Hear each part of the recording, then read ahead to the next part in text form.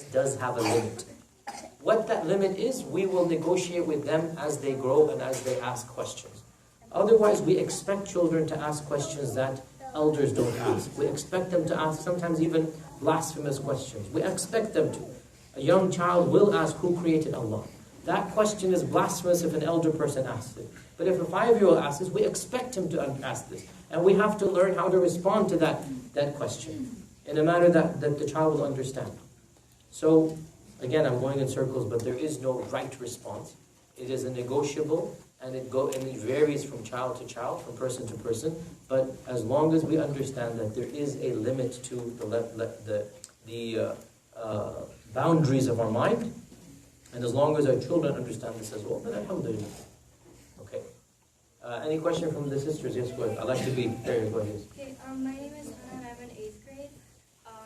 I take the bus to school, and I sit at the back of the bus because that's where it's sectioned off.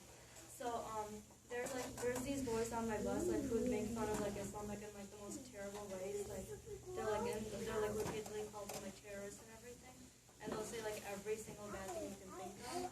But they're not people who are gonna listen to reason on it. So what am I supposed to do in that situation?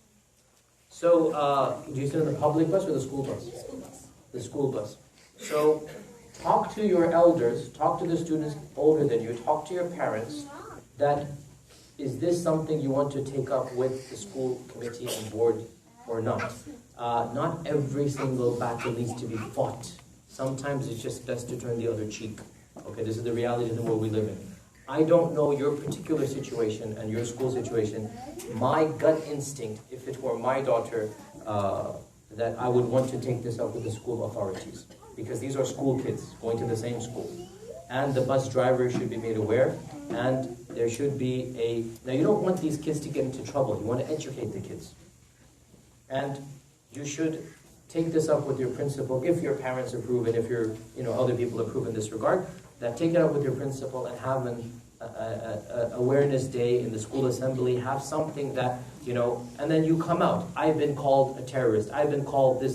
And you mention everything, but you don't embarrass the boys. You don't point them out because they haven't done anything other than jeering. And we expect that. This is the reality of the world. By the way, if it ever gets worse than that, if there's ever any physical intimidation, then no question you need to go to higher authorities. No one has the right to physically intimidate you.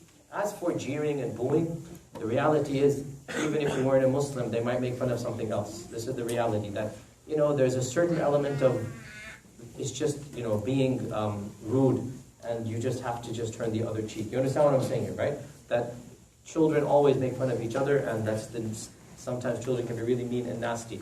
Doesn't make it right, it just means you need to decide when do you want to take higher action, and when do you not. So as long as there's no physical intimidation or threat, they've never pushed you, they've never just anything like that. It's not personally okay, it's just on Islam itself.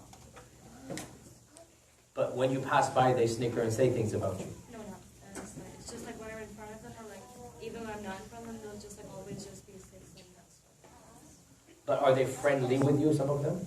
Some of them are friendly. The ones that are friendly, pull them aside one-on-one and have a